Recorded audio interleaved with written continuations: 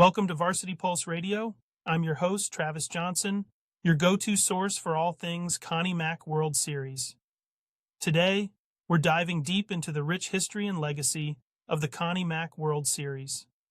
Starting from its thrilling inception in 1965, where it was won by a single vote, this tournament has become a cornerstone of amateur baseball. We'll explore how this prestigious event has not only shaped the futures of countless young athletes, but also brought immense pride and recognition to Ricketts Park in Farmington, New Mexico. Stay tuned as we unravel the stories, the legends, and the impact of the Connie Mack World Series on the world of baseball and beyond. We're going to talk about a brief introduction of where it came from, and we're going to talk about where it is today and how much impact it has on the community of Farmington, New Mexico. So stay tuned, and we will get right into it. What is the Connie Mack World Series? Well, to me and so many other members of this community, it is the most prestigious amateur tournament for 18U players and under. It is a tournament that brings in some of the best talent for baseball all across the country, including Canada. In years past, it was Puerto Rico as well. This tournament is basically a 10-day tournament and happens every year about the end of July. It depends on how the weekends fall, exactly what week it is. But it's one of the few tournaments that you can go to at this age that you have to qualify to get there. Just like the Little League World Series, same thing as the Connie Mack World Series, is you have to win a different qualifier to get into that, and we'll go over that a little bit later. Connie Mack World Series has been in Farmington, New Mexico since 1965.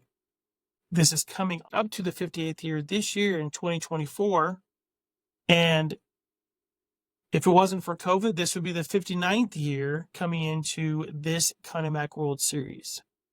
Impressive that we've been able to keep this tournament here in Farmington for so long.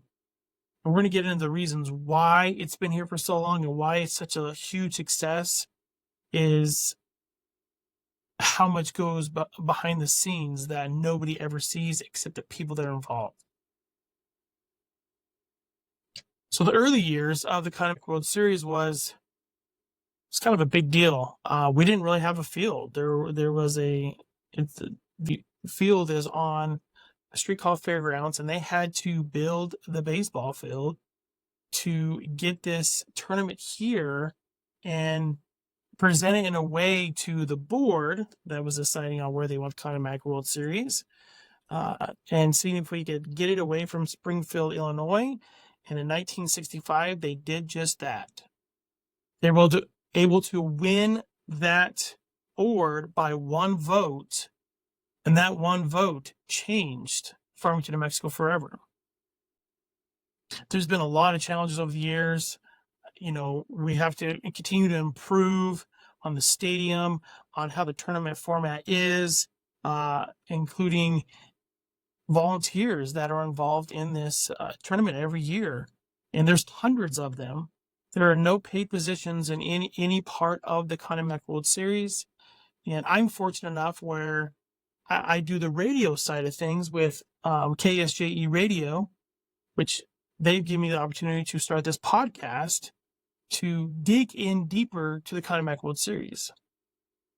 What I'm really trying to do in this podcast is to spread the word on how incredible this tournament is, and hopes to get more regions that are willing to come in here, get more fillers out there to say, hey, this is a legit, amazing tournament, and it will be a tournament that will last forever, and memories will last forever with you. I know personally, I played in 1999, and I could tell you numerous things that happened to just me as a player, as a host player, the Farmington Rebels, on how it impacted my life still to this day. We'll get into some of those stories a little later, but we're going to get into part of the volunteers that make this tournament so successful. One huge aspect of the Connie Mack World Series are the foster families. What a foster family is a family that takes in 2, 3, 4, sometimes 6 players during the duration of their tournament play, and they take them to practice, they feed them, they get them all the things they need on the days they have off. They, maybe go do things fun. They may go to the lake or whatever the case may be. But this family adopts basically these young men for this week. And I know a number of young men that have came here, and this week has changed their lives. Why? Because they find a second family. And it may not be on purpose, but you get close to individuals over an amount of time, and an allotted amount of time. It's going to be 5 to 10, maybe 12 days, depending on how the tournament is laid out. And you're spending almost every waking moment with this young man. You get really close to them. I mean, you share life with them for a big, important thing in their lives. And this tournament is not just about baseball. It's about drawing a community together. It's about having people be directly involved with not only these young men's lives, but also growing it so that people outside this community can be affected positively for the rest of their lives. So when I was a teenager, my parents, they fostered a few kids. The two that I remember the most was I think my second or third year that we kept kids. It was Joe Christie and James Benton. Okay, this was in the early 90s, so it was a few years ago, but this shows the impact that this tournament has. Back then, the tournament was double elimination, so some of these kids would be here maybe 3 or 4 days because they get here a day before, they do a parade, they may not play until, a day after that, and then it's double elimination, and you go home. Well, the tournament has changed and has adopted, and now it's a 5-game guarantee. So you have 3 games on pool play and then double elimination. So that means the stay that they have with foster parents has now extended. And man, what thanks that I give those families is the families that have been willing to basically, like I said, adopt these kids for 2 weeks. It's a lot. I mean, think about paying for meals and getting them around and transporting them. They have kids for themselves as well. And then you're adding 2, 3, 4, 5 teenage boys to feed all week. I can't imagine the costs that some of these families put on during this tournament. And guess what? Every year, there's always more that step up and are willing to do it because they see the lasting impact it has put on the other previous foster families, but on how that impact has also impacted that student athlete, that baseball player that comes in here for just a short amount of time. I know families that still continue to be in contact with their player that they kept for 1 week. I mean, just 1 week. And they keep in contact with them as they move up, maybe in baseball, or they just move through life. My mom still keeps in contact with Joe Christie, which again was in the early 90s. How amazing is that?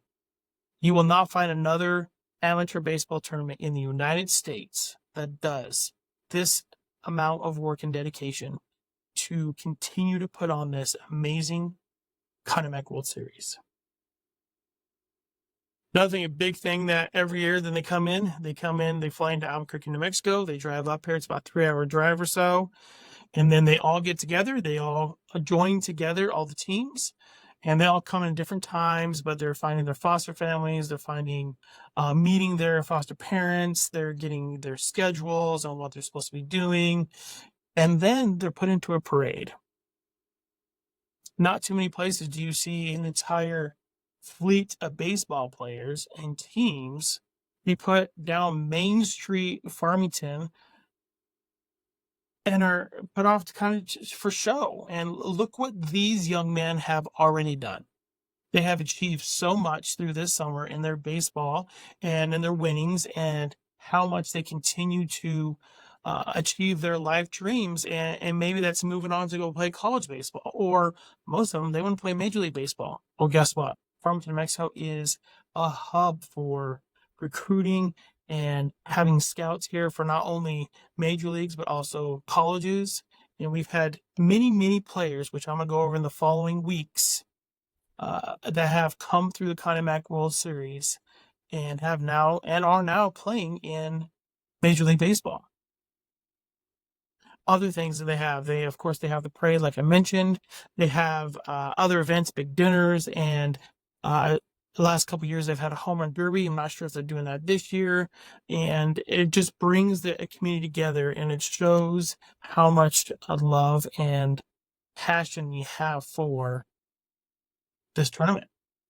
So the tournament structure is set up for players and teams that come in, not just a double elimination. That's just so tough to do, to the expenses, the time, and I'm sorry, Farmington, New Mexico is kind of in the middle of nowhere.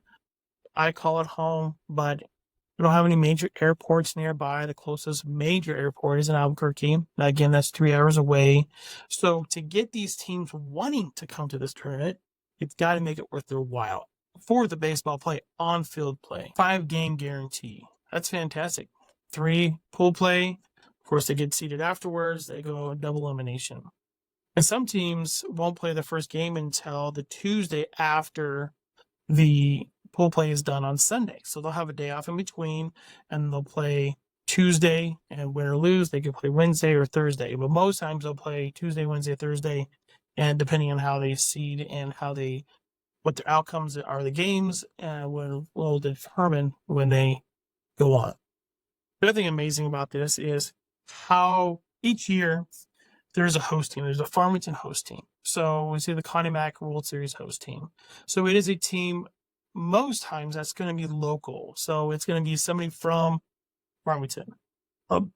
This is done to encourage teams around here. We don't have the baseball pool like a lot of these teams do, in the sense of, you go to Dallas, Texas, and one of those tournaments have 44 teams in it. To qualify for this tournament, well, we're not going to get 44 teams in Farmington, New Mexico to qualify, and more than likely, we don't have the pool to pull from as baseball players as some of these other teams do. So it allows a local team to participate in this every single year, and they have been doing this from the very beginning. And I know this is not going to be stopping anytime soon, and it gets the home crowd in here to watch the host team to see how well they do. Sometimes they do great. They have never won the Connie Mack World Series. The closest they ever got was second, and I believe that was in 1974. Later in one of the other podcasts, we'll talk about that. When I played in 1999, we were fortunate enough, I believe we got third that year, and what a fantastic experience. But the tournament is set up so that the teams that are coming in here are going to be playing top-notch teams.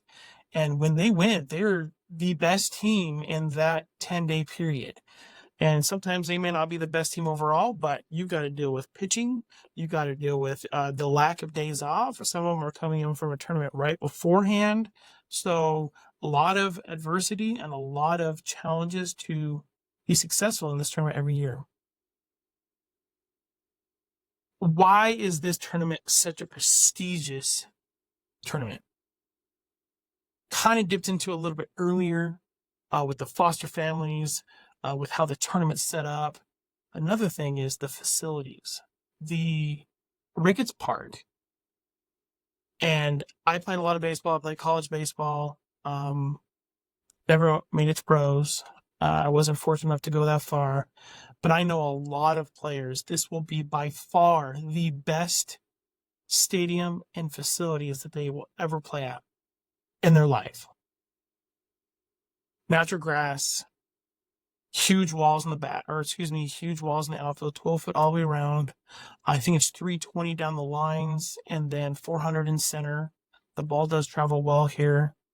Advertisements in the outfield on the wall, kind of like a minor league ball field, very similar to that.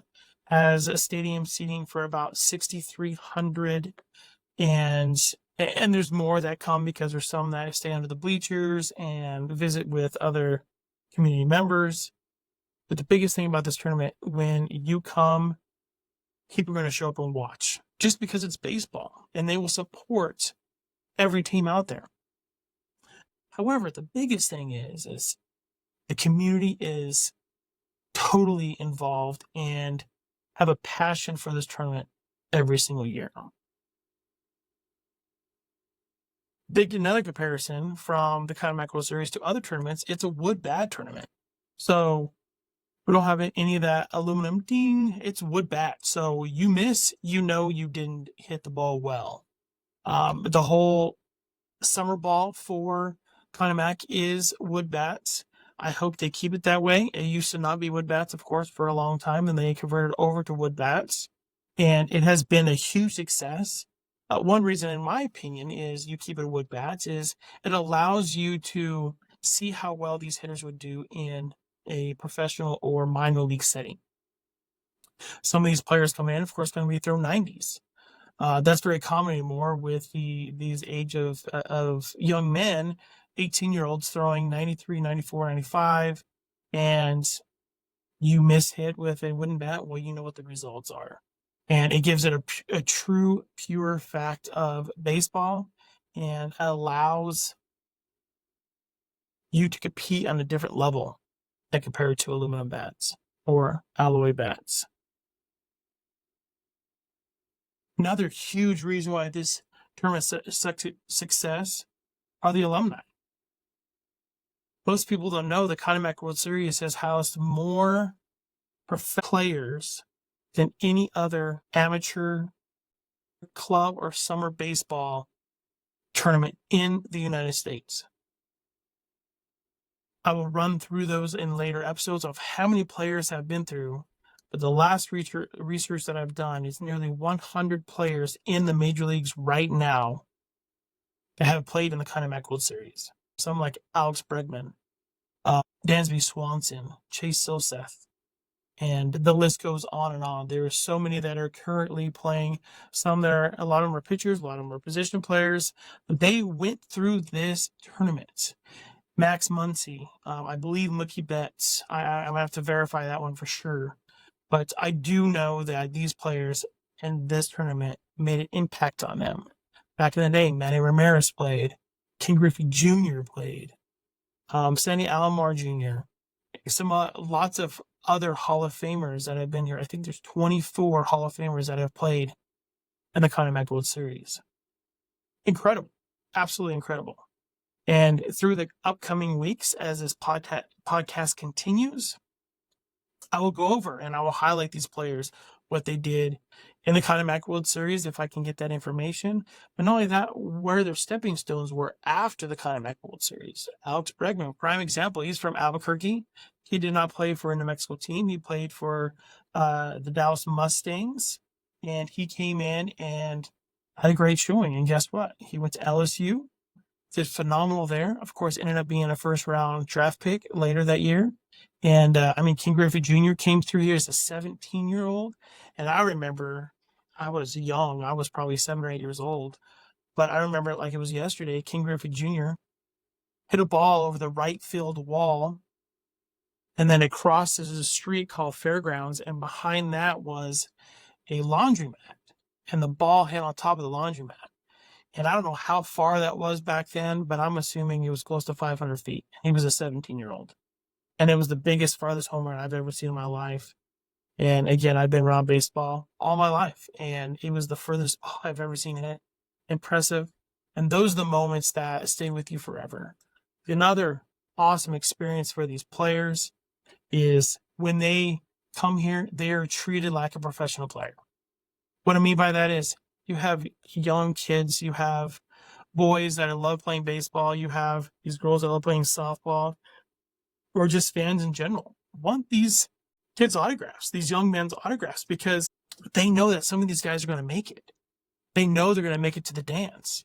So they're trying to get a piece of that before they move on.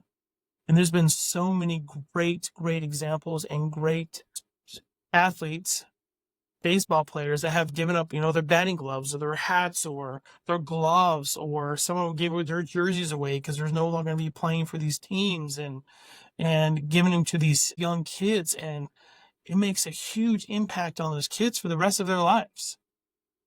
Get them all autographed. There will be always one or two kids that will get their entire shirt, their Connie Mack World Series shirt, signed front and back, and they'll hang them up in their bedroom to show how excited they are that they were able to meet these particular players. And I'm fortunate enough where I get to watch every single game, every single year, because of the radio station right here. I'm part of the team that does the broadcasting of the Connie Mack World Series for KSJE. And that will be more news, and they're allowing me to do this and talk about it. But the biggest reason why I'm doing this podcast is I want to grow this tournament. I want it to be even more successful than what it is now. I want to get the word out beyond the teams I already know and get the ones that, hey, we've heard about this tournament, that we really want to go and try to make it to this tournament. Guarantee you make it here, it will be life-changing for every single one of your players, coaches, and the family members that come here. So this is the first podcast. Many, many more to come. One thing I would love to hear is the people that have been impacted by the Connie Mack World Series. Maybe it was by a foster family. Maybe it was a memorable moment for you. Maybe you had a walk-off home run. Maybe you threw a guy at home. Whatever the case may be, I want to hear from you. Go down there in the link below and write to me. I would love to interview you. I'd love to have a conversation with you about it. I would love to put you on the podcast, or maybe even mention it if you don't feel comfortable talking about it. But that's why we're here. That's why I'm doing this, is I want to continue this on for future baseball players, future parents, and the community members of Farmington, New Mexico. And this place is on the map, and I really believe this is the best amateur tournament that nobody knows about. And I say nobody is because I feel like we're just scratching the surface. This year we're having one of the team second year in a row from Canada. Man, they had a fantastic time last year. I had many conversations with the coach last year on the side and also during the games about how impressive it is to get back here. And they work so hard, and they're so excited to come back because this is a once in a lifetime for a lot of these kids to ever play in a tournament in a facility like this. So again, the history of the Connie Mack World Series, 1965, it's been here. It's not going anywhere. It's going to be here forever, as long as we continue to show how important this event is to each and every one of you. And I'm excited to see what I hear from each one of you as listeners. And thank you so much for listening today. And again, this is the best and prestigious tournament in the United States for amateur summer baseball. Thank you. Thank you for listening to Varsity Pulse Radio. Like and follow, and I'll get you next time.